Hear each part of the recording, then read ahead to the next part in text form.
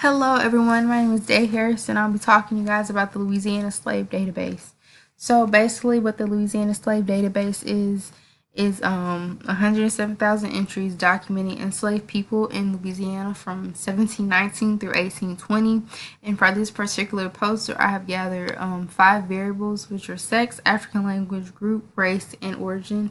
And I have put together some charts and graphs to show you guys their values as well as the percentages. So figure 1 is a pie chart that is of the sex of the slaves, male and female, of course.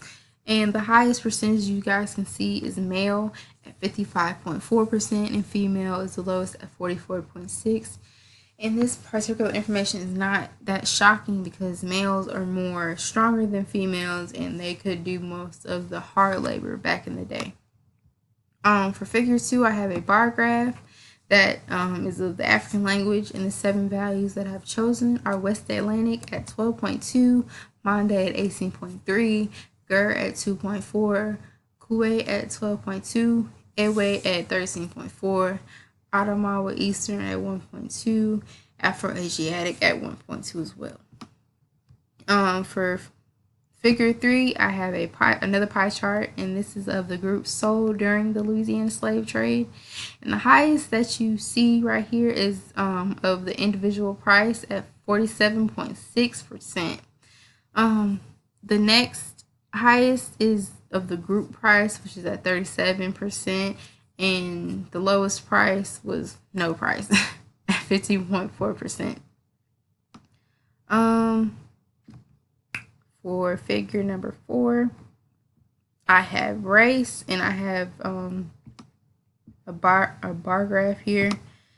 And the 6 values that I've chosen for this variable is Griff, Indian, Black, Mulatto, Quadroon, and Missing. Griff is a mixture between Black and White, is at 0.8%.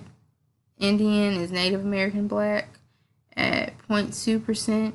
Black, of course, is at 84%, the highest. Mulatto is a mixture between Caucasian and Black at 3.9. Quadroon is basically the same thing as 0.6. And Missing is at 10.6. The last figure is of the origin.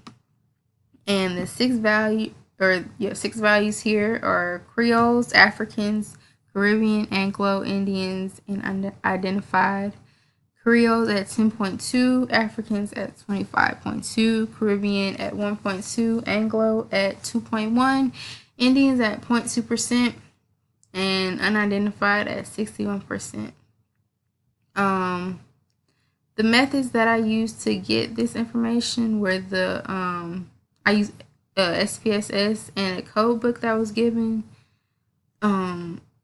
that had different variables and values for this information, and I ran frequencies and some crosstabs as well. And this was very, very interesting to research and to find out a lot of rich history. And thank you to Dr. Gwendolyn Midlow Hall and the many other researchers that gathered this information. And it's crucial to know what and understand what happened in the past. And this research was very informative, and I'm really glad that I did it. Thank you for watching the video. Hope you enjoyed it and learned some different stuff.